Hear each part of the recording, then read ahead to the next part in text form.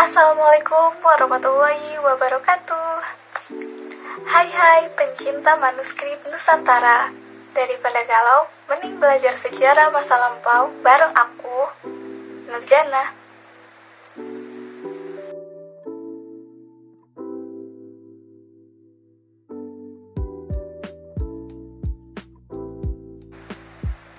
Pada video kali ini, aku mau ngajak kalian belajar tentang ilmu kodikologi, yaitu mengenai skriptorium manuskrip. Yuk simak penjelasannya.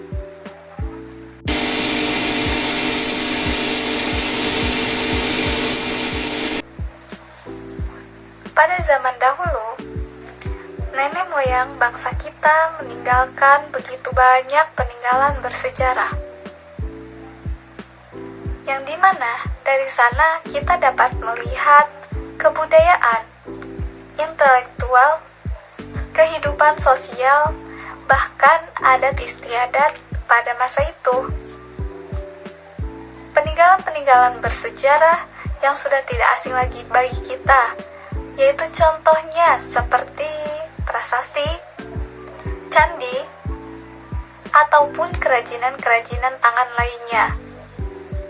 Nah, ternyata selain peninggalan-peninggalan sejarah tadi, ada juga peninggalan masa lampau yang kurang diketahui oleh sebagian masyarakat awam. Tetapi peninggalan ini dijadikan sebagai bahan kajian dan penelitian oleh para ahli dan juga ilmuwan, yakni peninggalan manuskrip. Nah, sebenarnya manuskrip ini apa sih? Kata manuskrip itu sendiri berasal dari bahasa Latin, yaitu kata manu dan scriptus, yang secara harfiah berarti tulisan tangan. Jadi, manuskrip ini merupakan karangan tulisan tangan, baik ditulis di kertas, daluang, daun lontar, bambu, dan media lainnya, yang di dalamnya terdapat segala aspek kehidupan pada masa lampau itu.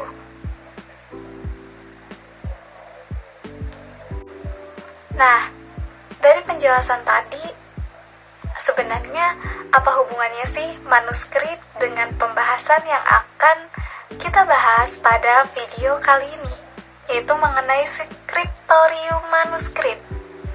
Kira-kira hubungannya apa ya? Yuk simak penjelasan selanjutnya. Sebenarnya, kata skriptorium biasa digunakan untuk menuju pada ruangan di dalam biara, yaitu pada abad pertengahan Eropa, yang ditunjukkan untuk menyalin manuskrip oleh penulis monastik. Karena pada zaman itu, mesin ketik belum ditemukan, sehingga skriptorium ini menjadi tempat di mana dihasilkannya buku-buku atau disalinnya manuskrip oleh juru tulis. Sedangkan sejarah skriptorium di Nusantara dimulai pada masa kolonial Belanda, yaitu pada masa kolonial Belanda di Batavia.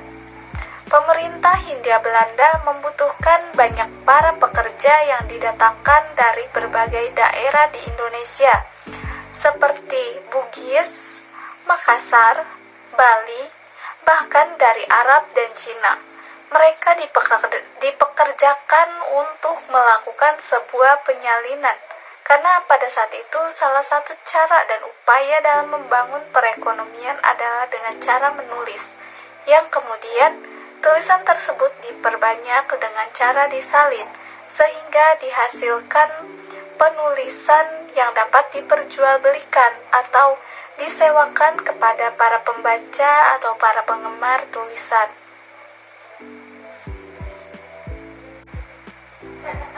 Sehingga dapat disimpulkan bahwa skriptorium ini adalah tempat terjadinya aktivitas penulisan manuskrip, seperti mengarang atau hanya menyalin manuskrip yang asli. Lalu, apa saja tempat-tempat sebagai penghasil manuskrip? Tempat-tempat penulisan manuskrip ada hampir di seluruh tempat-tempat yang dahulunya merupakan kerajaan.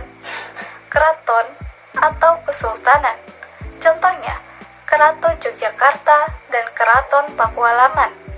Selain itu, ada juga lembaga pendidikan keagamaan seperti surau atau pesantren. Contohnya yaitu Surau Simaung Sijunjung yang merupakan manuskrip peninggalan Syekh Malin Bayang.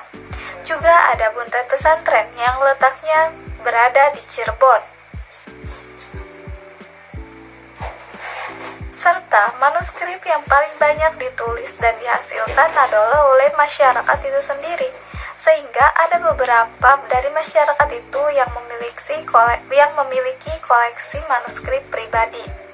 Nah, dan terakhir ternyata ada juga penghasil manuskrip dari tempat perkantoran, contohnya Algemeen Secretary, yang merupakan kantor bentukan kolonial Hindia Belanda.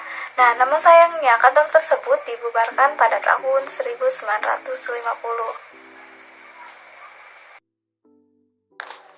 Setelah pembahasan mengenai tempat-tempat yang merupakan penghasil manuskrip pada masa lampau, pasti akan muncul rasa penasaran bagaimana cara mengakses manuskrip saat ini. Sedangkan tempat-tempat yang telah disebutkan tadi merupakan tempat-tempat yang tidak sembarang orang untuk mengaksesnya. Perlu adanya perizinan dari pihak-pihak tertentu. Tetapi, seiring perkembangan teknologi dan ilmu pengetahuan, dan mengingat banyaknya peneliti awam yang ingin melakukan penelitian terhadap manuskrip, maka ada beberapa lembaga yang memudahkan itu semua, yakni dengan adanya pendigitalisasi manuskrip, seperti Perpustakaan Nasional, lalu ada The Endangered Archive Program, The British Library atau EIP, The British Library, yang telah memulai lebih awal sejak tahun 2017. Selanjutnya ada DRIMSI, yang merupakan program penyelamatan manuskrip melalui digitalisasi yang dilaksanakan atas kerjasama Pusat Pengkajian Islam dan Masyarakat PPIM UIN Jakarta dengan Center for the Study of Manuscript Culture di Hamburg University dengan dukungan dari The Arcadia Foundation di London. DRIMSI ini bertujuan untuk melakukan digitalisasi manuskrip Asia Tenggara yang terancam punah, serta menyediakan akses terbuka atau open access melalui database bagi yang berminat mengkajinya. Selain itu, bagi yang ingin memahami isi dari manuskrip dapat mengakses kanal YouTube channel Ngariksa dan Cinta Manuskrip Nusantara. Lalu, akan ada muncul pertanyaan, apakah penelitian skriptorium ini penting? Jawabannya tentu saja penting, karena termasuk konteks kajian kodikologi, di mana melalui kajian skriptorium kita dapat mengungkap sejarah produksi manuskrip, mengetahui peradaban dan tingkat intelektual di masa lampau, memahami ciri khas penulisan manuskrip di suatu tempat, seperti dekorasinya, iluminasinya, karakter, dan lain-lain. Nah, sehingga ranah dari studi skriptorium ini berujung pada melihatnya tradisi kepenulisan manuskrip itu sendiri. Demikian, hanya inilah yang dapat saya sampaikan pada video kali ini. Semoga apa yang saya sampaikan menjadi bermanfaat untuk kita semua. Akhir kata, wassalamualaikum warahmatullahi wabarakatuh.